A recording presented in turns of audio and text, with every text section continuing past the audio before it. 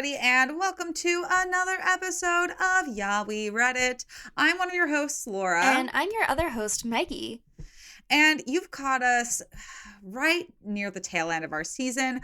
We have been reading the My Lady Janies series, and we are wrapping up the series this week with My Calamity Jane. We are. It's a rootin' tootin' fun time. It's a take on Buffalo Bill. He was kind of just lounging about in the 1850s, discovering America. He had this show that he had on the road, and that's kind of their take on this book. Yeah, what fun. We brought it. We had Lady Jane, who was England, and then we had Plain Jane. Also, she kind of had English vibes. Well, Jane Eyre, I'm pretty sure that's Plain Jane. England? Yeah. I think so. Yeah. You know what? It's England, and then it's America, and then there's all the surrounding continents to me. It was England and the Jane Eyre in My Plain Jane was England because the Spectre People's House was in London. Oh yeah, see, that's what I thought. Okay.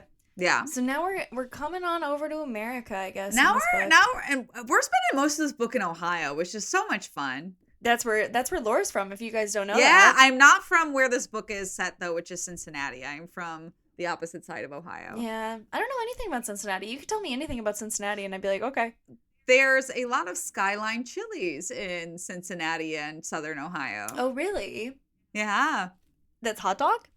Nope, it's chili. Oh, they should really put the chili on a hot dog. I think they do, but they're known for their chili and the fact that they put like mounds of shredded cheese on everything. Yeah. Well, that is actually also Calamity Jane's origin story coincides with Skyline Grill.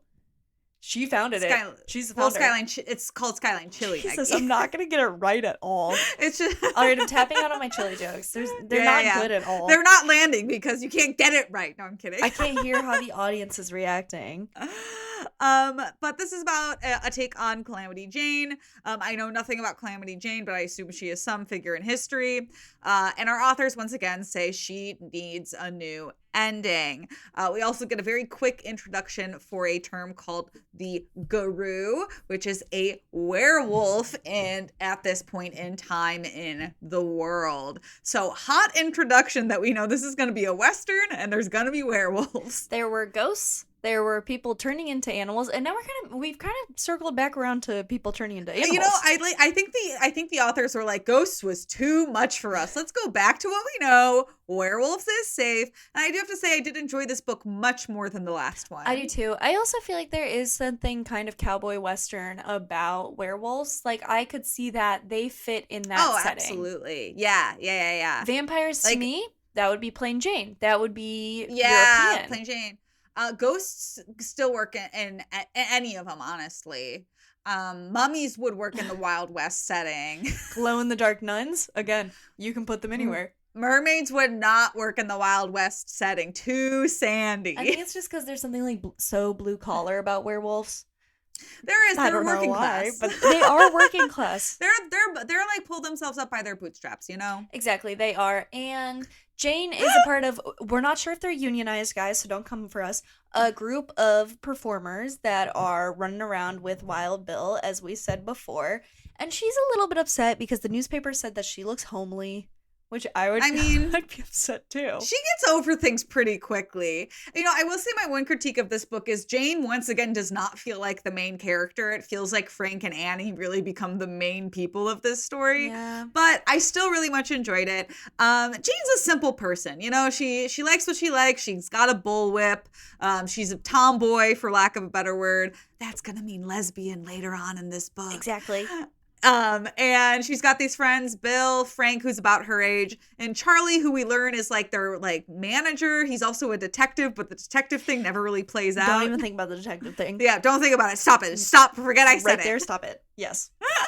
I know you're thinking about it. Stop. And like we said, Jane is homely. She's kind of a homely looking girl, I guess. She's homely. She wears pants. That was kind of unheard of for the time. That was where we got the lesbian vibes from, and I was very excited. I wrote all caps gay love story because she does. We really get the lesbian vibes on page 8 because Their three are handing out flyers for their show in Cincinnati, and they almost get hit by a pretty girl in a carriage. And this is Mrs. Harris, and Jane's like, holy shit, this girl's pretty. And so Meg's and I's alarms immediately were like, this feels like not a thing you would say unless you were a lesbian in this book. We don't get a lot of gay love stories. We don't get a lot of lesbian stories. We were very excited for this and was kind of hoping that she would team up with her homie Frank, who he's a little bit of a ladies' man. He's talking to all these ladies in the pub. I wanted a side where they are just strolling for puss on the town. Didn't get it, but that's okay. Honestly, Frank was a really good character. I really liked him. His whole thing was that he was like hot and good with a gun and like kind of an actually really nice guy, very sentimental. I know, I liked him too.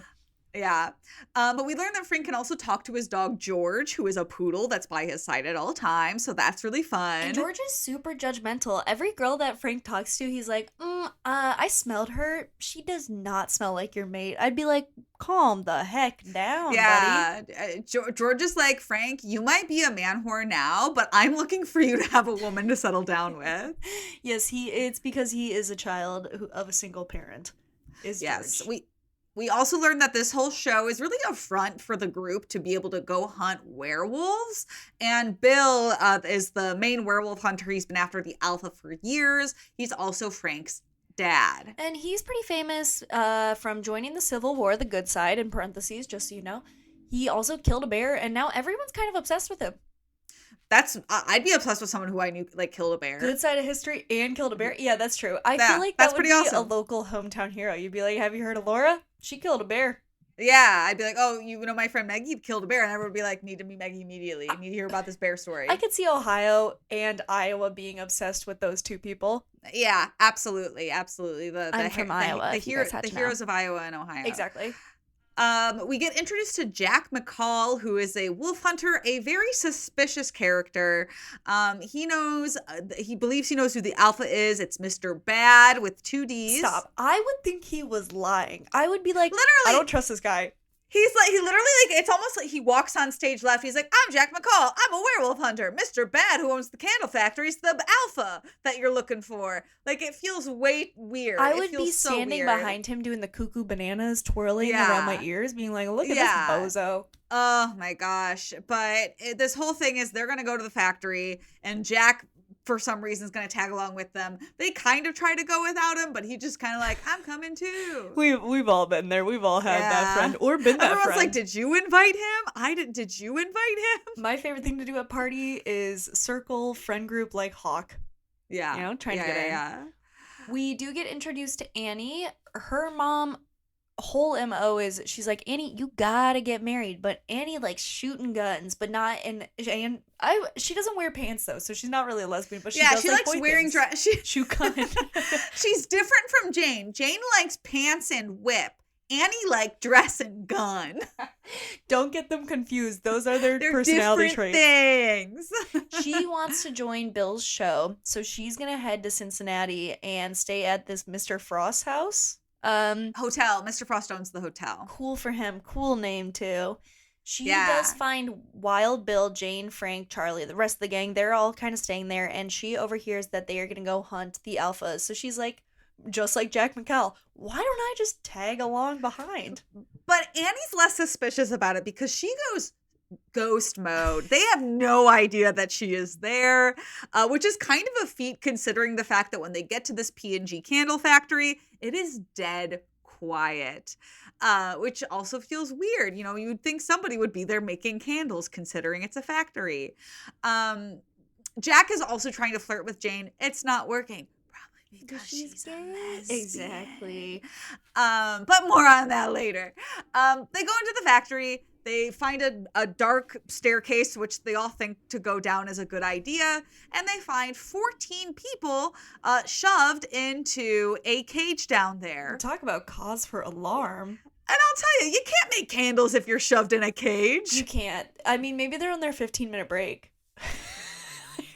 I know, 15-minute cage break, everyone. Go, go, go. We gotta. They're not unionized. No one has introduced unions to this I don't traveling think unions troupe. exist yet. This is pre-industrial revolution. You're right. Okay, they haven't read Upton Sinclair's The Jungle yet. Yeah, so, no. Well, Jane can't even read, so of course she hasn't read it, even if it is That is out. Jane's. So Jane, like we said, bullwhip. We're gonna add a new trait to her. Pants, no read.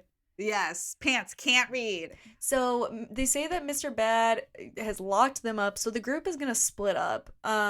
We get a fun aside that they haven't realized that that's a bad plan yet, because in the 1850s, I guess they haven't seen Scooby-Doo. Well, because it's the 1850s, Becky. It's the 1815s, you're right.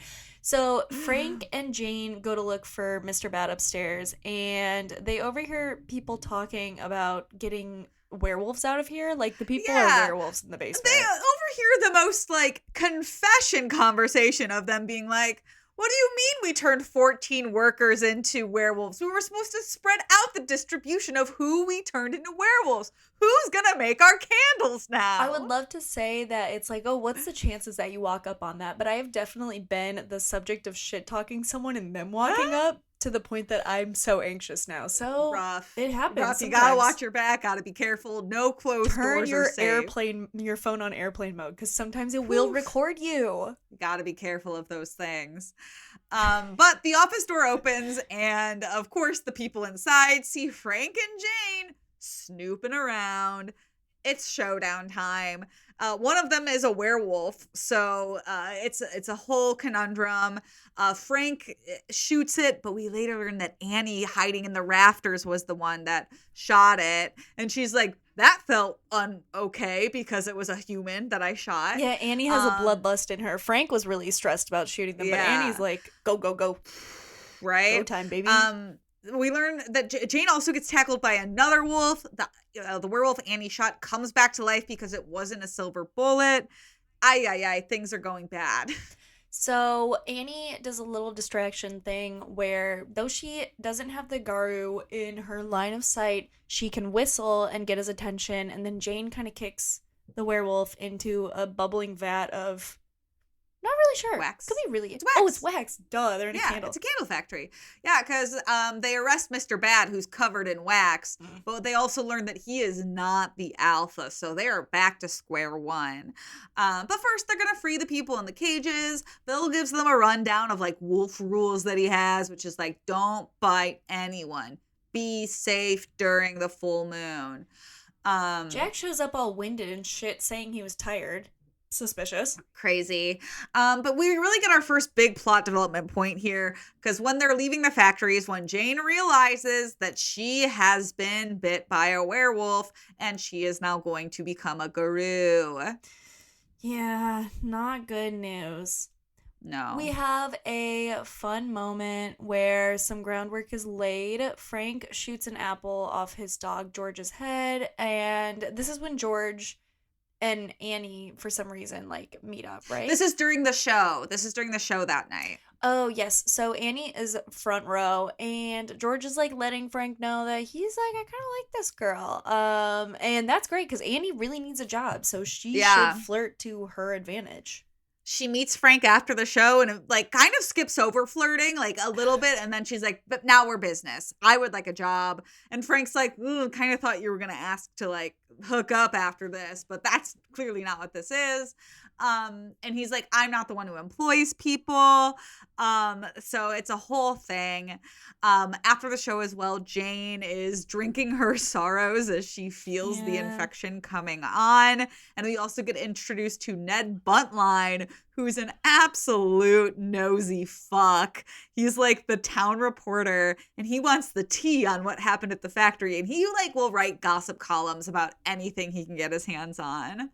So she kind of tries to get him to go talk to Bill instead, and it's just not Jane's day because a different reporter comes and sits down by her, but she kind of recognizes this reporter as lesbian plotline coming back around, Miss Harris, the woman who praised her earlier, and she's like, I've had enough with the reporters, and Miss Harris is like, sorry, I want you to know I do genuinely like you. I just kind of have to pretend to be a guy to keep up with them. And Jane is blushing. Yeah, and she's gonna buy Jane a drink, but Jack McCall's gonna ruin their fucking moment because Jack sucks.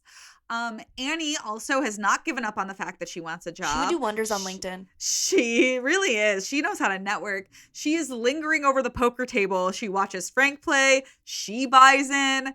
And she's able to win a round after playing horribly.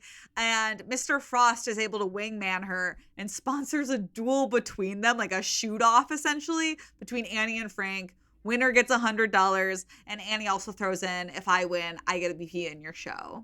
Bill lets Frank know that he should maybe go for her if she's not in the show. If she doesn't make it, maybe this should be his daughter-in-law.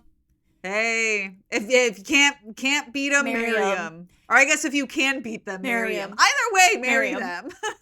At the shooting contest, Annie's really holding her own. After about like 35 rounds, Frank finally misses a shot and she blows him out of the water. And he does ask, will you marry me? And she's like, no, I need a job. I need to be gainfully employed before I have a man. Frank, not defeated. He's like, I'll ask again later. Fine by me.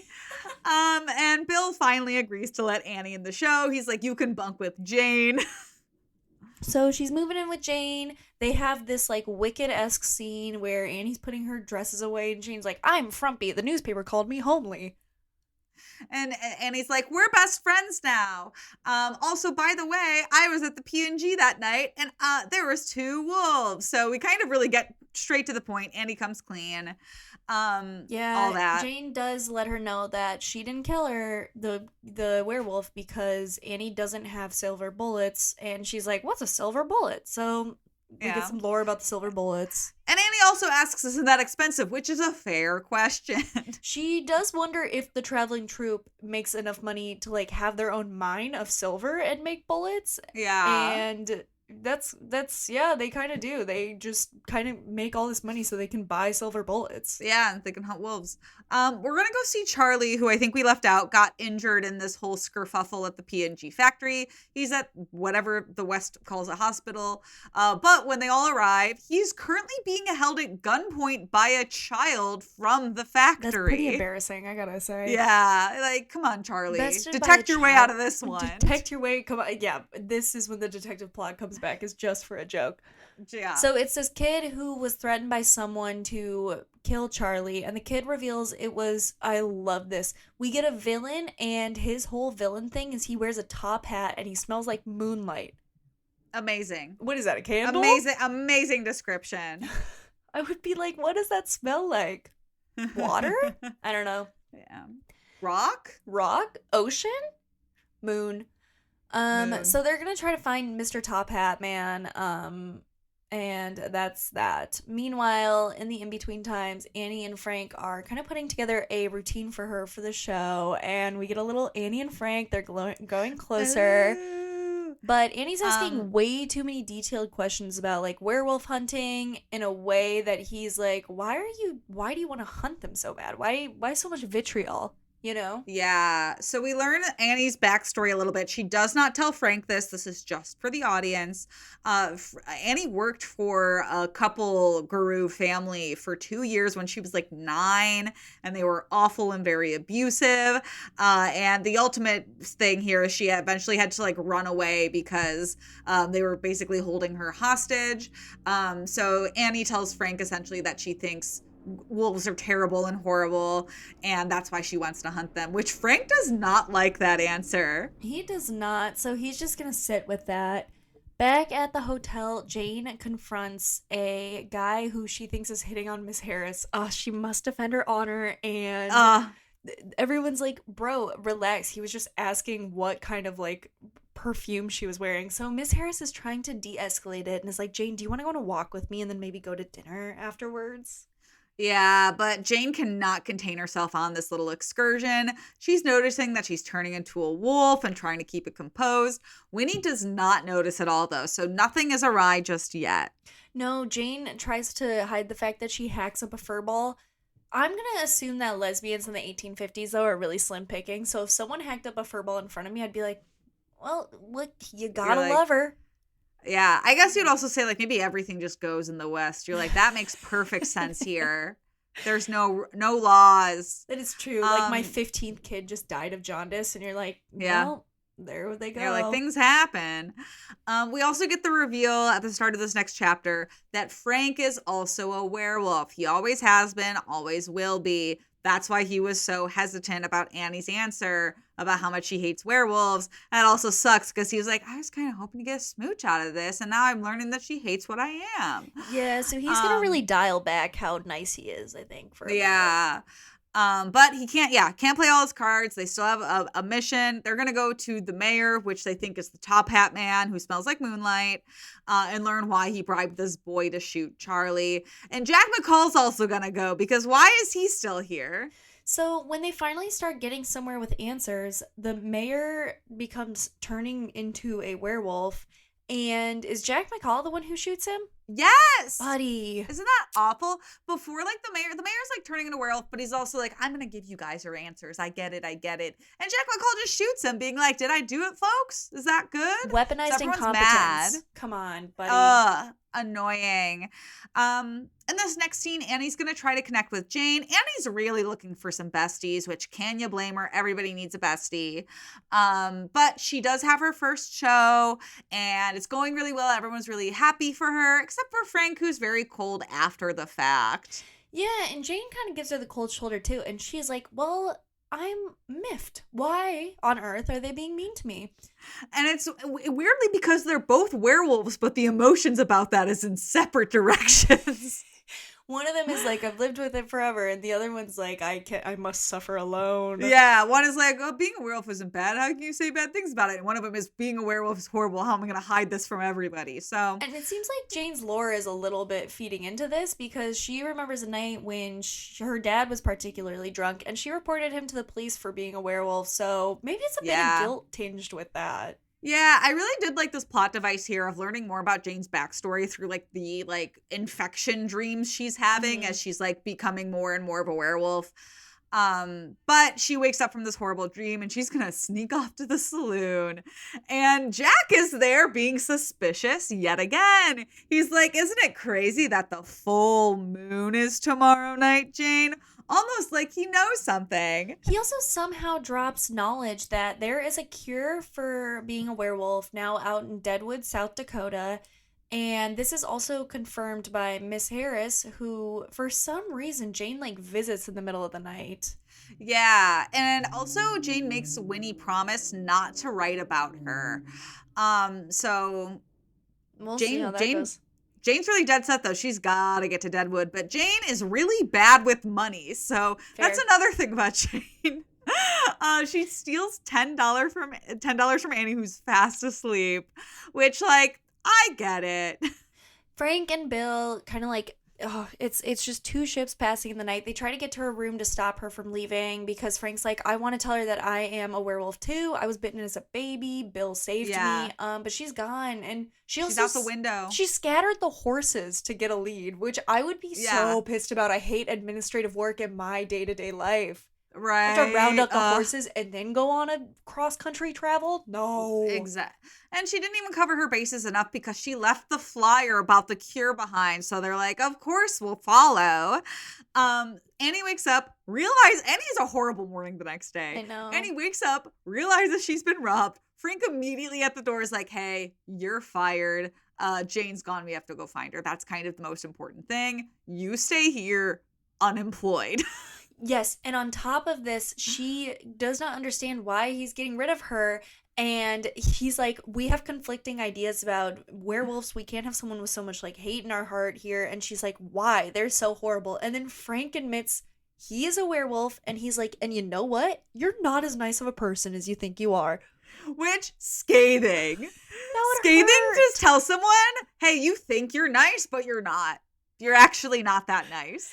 God damn, I got robbed, I got fired, I got dumped, sort of? Yeah, and then Annie's also going to find out the $100 she sent to her family has been returned. They will not accept her money. About that. So Annie's going to steal Charlie's horse and head to Deadwood as well to see what else she can get herself into. She's got to try to win love wherever she can get it. You know, she needs either a job or a husband. She's got to get one thing out of this, right? So everyone is out on this road heading to South Dakota. Jane stops her in Chicago for a bit, shout out, and, kind of gets drunk. and then she has to get her money Classic. back. Hilarious. Classic. But after a night, she has like a little bit of a speed bump where she turns into a werewolf, wakes up naked, is arrested for public intox and indecency. Also, they don't publish that in the newspaper, which I feel like would be a huge thing. Hey, in Chicago, bigger and better things are happening. You're right. So while she is there in jail, we get a dream about her mom kind of being like this crazy werewolf who doesn't really care if she kills or bites anyone, seems very self-righteous and entitled, and is like, why wouldn't everyone want to be this powerful? Or be dead, I guess. Yeah, so ultimately in the dream, her dad ends up shooting her mom, who's a werewolf. Yikes. You know. Frank on the train to Deadwood, he's contemplating writing Annie a letter. He's like, maybe I was too harsh. Maybe I could explain some things.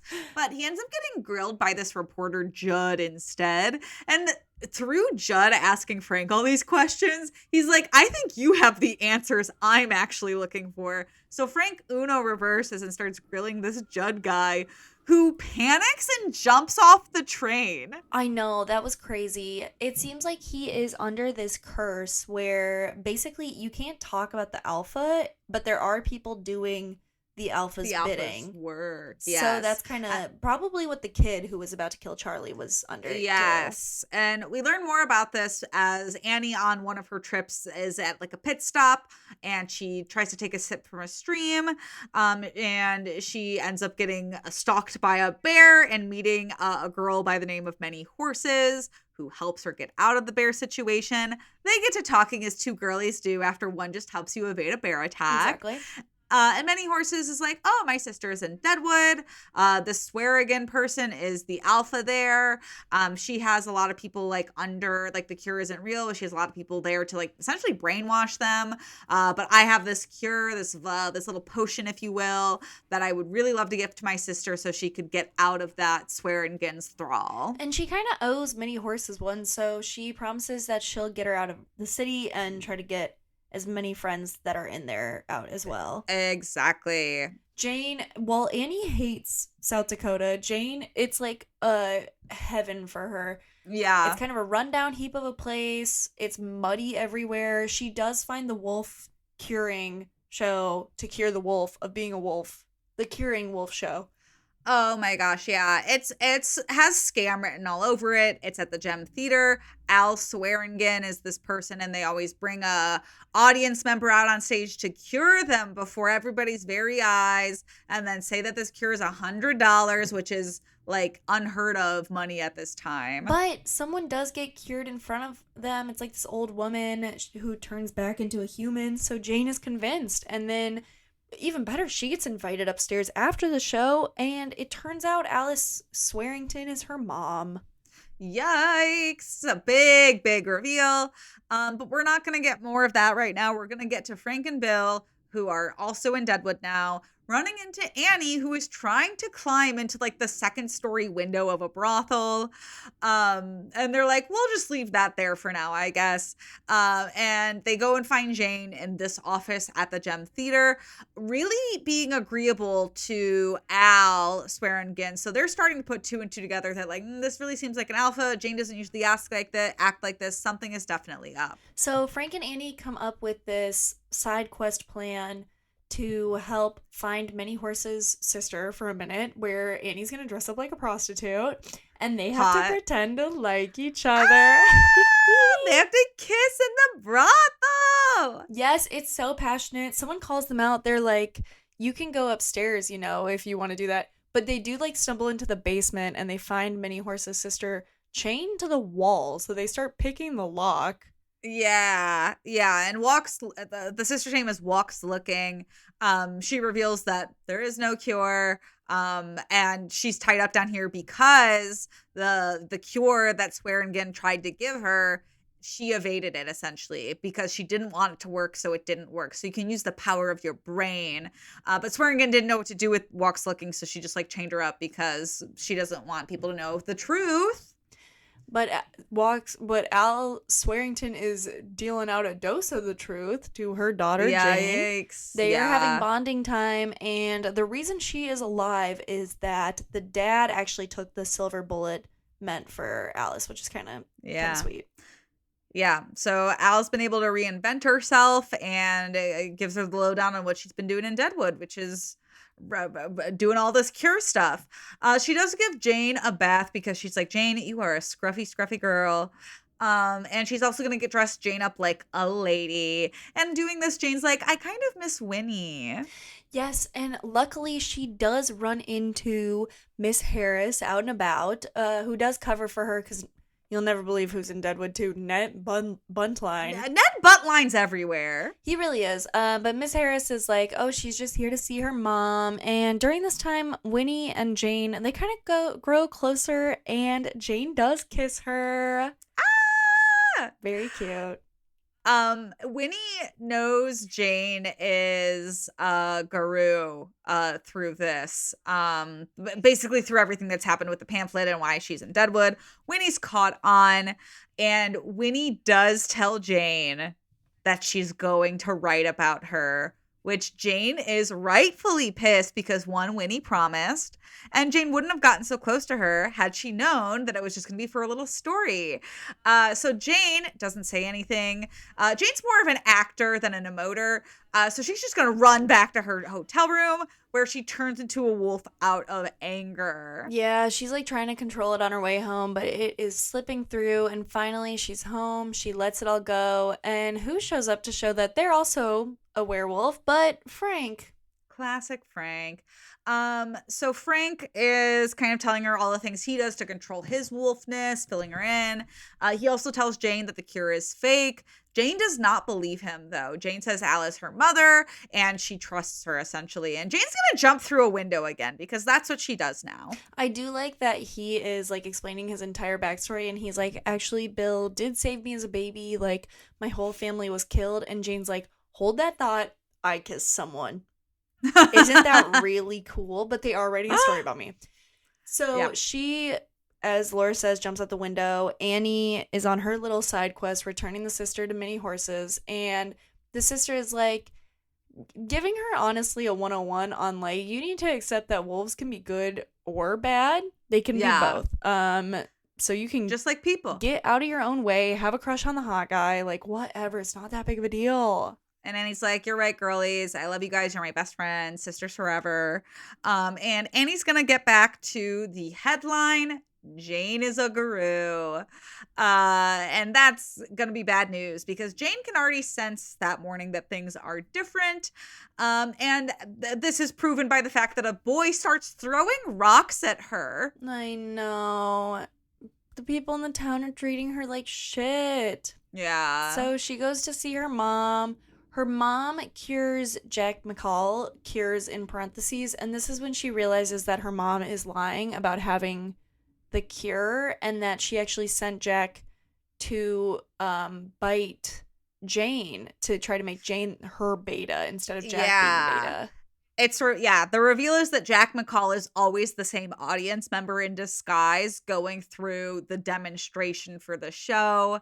It's bad.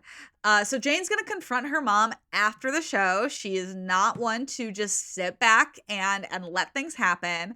So Al's like, okay, yeah, you figured it out. This is not a cure. This is like a serum to kind of put people in my control, et cetera, et cetera. Jack McCall is in cahoots with me. He is my beta. But now that you're here, little girl, I would like you to be my beta. And to do that, you need to kill Bill Heacock. And that's not going to happen. She's like, I'm not going to do that. And the reason they want to kill Bill is because Bill explains to Frank he killed Jane's dad on accident when he was trying to hunt down her mom. Because as we know, her mom's a menace. Mm-hmm. And Annie interrupts Bill and Frank to be like, they're going to force Jane to take the cure. So we got to go because she's in a cage. Yeah, so they get to the theater. It's true. Jane is trapped in a cage. Al confronts them, basically saying there's nothing you can do, yada, yada, yada. The show happens. Al reveals to the audience that she is Jane's mom, and Jane turns into a wolf in the cage. But after giving her the cure, Jane stays a wolf, which means she has evaded this serum that would put her under the guise of her mother. So Jane is able to be strong enough to push back on it. They do take her to jail, kind of back to square one. Yeah. And her mom talks to her in jail and is like, basically, you're gonna let me control your mind or the town folk will hang you. And she's like, well, I don't like either of those options, to be honest. Yeah. So things aren't looking good. Bill comes in after Al leaves and is like, don't worry, Jane. I'm going to get the $100 that Al's saying that you owe her. And Jane's like, cool. I'm going to wait it out here. She takes a little nap and wakes up to who other than the person who ruined her day. Winnie is there, who's like, hey, I want to make things right. And Jane's not down, rightfully so. Yeah, she's like, listen, I was trying to beat Ned Buntline's story to the press. He was going to expose you all. I was trying to frame you as a victim in all this. And she's like, I don't want to hear about this. And to make matters worse, there is a mob outside now, and they're chasing Jack McCall because he shot and killed Wild Bill. Ugh. In the head while he was playing poker at the saloon. I know. So Jane's going to, yeah, very, very bad. So Jane's bad. going to take matters into her own hand. She's going to dig her way out of jail, which is so cool. And so she's wolf time. Frank and Annie are playing poker. They're all trying to raise this money to get the cure for Jane. And this is when they realize that Bill's been shot. They go to see he's dead. And Frank also turns into a wolf. Yeah. Annie's trying to calm him down because like a crowd is forming. They cannot see that Frank is a wolf. But Jane shows up and it seems like the crowd is on kind of their side of hating Jack. Yeah. Bill. Yeah. So Jane says she wants to kill Jack, and Annie and Frank are chasing after her because they're like, murder is bad. They basically corner Jack and say they're going to give him to the mob to decide what to do with him, which will ultimately be a trial. So they are going to hopefully see him get hung. Jane continues having a bad day. She gets kicked out of the hotel. Yikes. And she kind of has like a scene that is a flashback of like Bill apologizing for killing her dad, and then having her join the troop with him, which is kind of all he can do. Yeah, Jane does find $100 amongst Bill's things and gives it to her mother and calls her a coward. And we also learn that Charlie has finally gotten to the town, and Charlie's like super lax. He's like, hey, everything's gonna be okay. And Jane's like, literally how? Like, the guy who's basically been a father to me is dead. But the trial the next day goes poorly. The town says that Jack is not guilty. So really big, just defeat after defeat after defeat for our group of characters here. So they are like, we have to take matters into our own hands. We have to take down Al Swearington and Jack McCall. Annie's like, what if we got the cure to the cure from Many Horses? Because obviously she has it. She was going to give it to her sister. Yeah.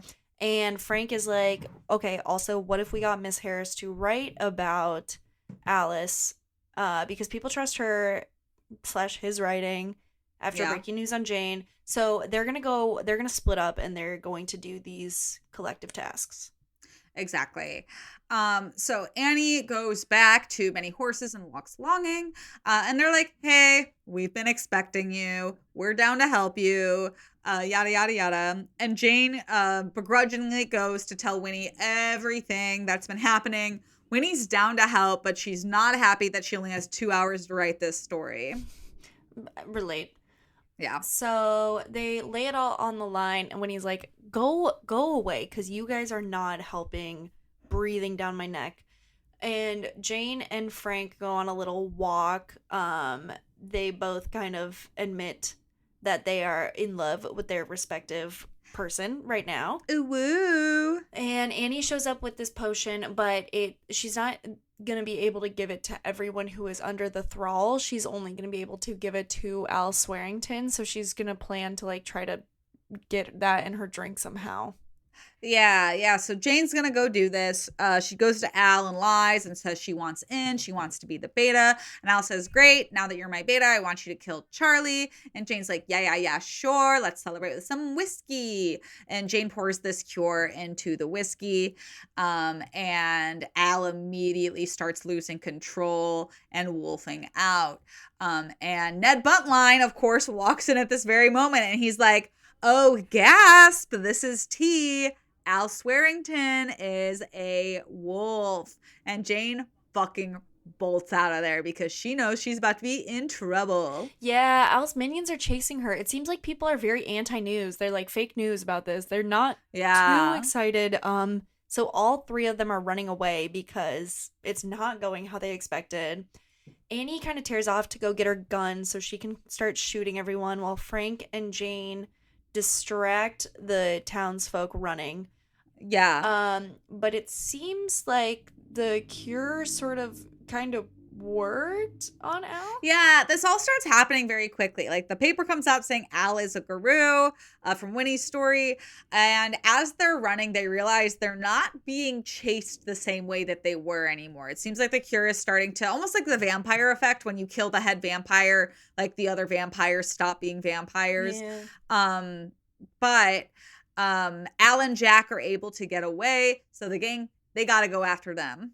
They do. So they're chasing them. Annie's doing the shit where she's like standing up on her horse and she's just shooting her gun. And she somehow shoots the wheels off the stagecoach so Frank and Jane can kind of close in. They get it where they're holding Alice and Jack hostage. But Alice and Jack managed to come out on top with guns to Frank and Jane's head. So Annie can't shoot them without compromising. And then they're all taken hostage. Ugh. Yeah. And what makes matters worse is they eventually like stop the little stagecoach, put their little hostages on the ground, and set up a bomb to kill all of them. They got 5 minutes on it. And this is when Frank is like, I guess I got to profess my love because I'm going to die. These people, they are very good at preparing for death. They're like, let me get my grievances and all of my thoughts and feelings out of the way. But they are cut off because many horses and walks longing come and free them. And Annie also knows how to disable a bomb, which is very convenient and great. Mm-hmm. So many horses and her sister, they show up, they undo them. They catch up with Alice and Jack just as the two are about to shoot Alice and Jack. Here comes Wild Bill. And guess what? He's also a fucking werewolf, so he can only die by a silver bullet. Yeah, that lead bullet didn't work, Jack McCall. But this whole showdown is drawn out even further because like Annie knocks Al's gun out, but then Al holds her at knife point. But then they're able to finally corral Al and Jack and take them back for a rightful trial. And the two are sentenced to jail. Dun, dun, dun. They decide to go to Bill's funeral, though, because the town doesn't know that he's not dead. And this is great for Bill because he's wanted to retire for a while. He changes the color of his hat, and everyone doesn't seem to notice him anymore, which is hilarious. It's just the way it goes in the Wild West. Yeah. Annie finally addresses what Frank brought up about loving her and is like, hey, that was kind of cuckoo bananas. And so they're going to be an item now. And Annie is like, I guess you kind of have to meet my family if we're going to get married. Wooga. And then we skip forward to the epilogue, which is 1 year later. The gang is doing a show. Jane runs into Winnie while they're planning on this, working on this new show right now. She now goes by Katie / Edward Burke when she's in boy form. She sold her other Edward character to Ned Buntline, which I think is hilarious. Jane is also learning to read. Good for her. And Winnie has written about how the three of them are a traveling troupe now. It seems like they are on their way to Salt Lake City to perform, and it looks like Jane's going to be reunited with her siblings there, which is very sweet. Very sweet. So yeah, the gang all heads to Salt Lake City, and they live happily ever after. The end. The end. All right, Meg. Before we get into our top 5 to close out this episode, who is your canceled character? I mean, Al Swearington would be the obvious choice, but I think Jack McCall was so fucking annoying that I have to cancel him.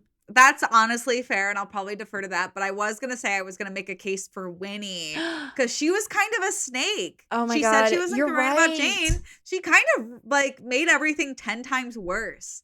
She really did. Like, I mean, she didn't have to do that. They could have just moved in silence, and instead now they're banging on pots and pans. Yeah. All right. Yeah, I think I would go with Winnie because she did say she wasn't gonna. She wasn't. Yeah, gonna she lied, and she also kind of ruined Jane's life and got her put in jail and all of that. So yeah.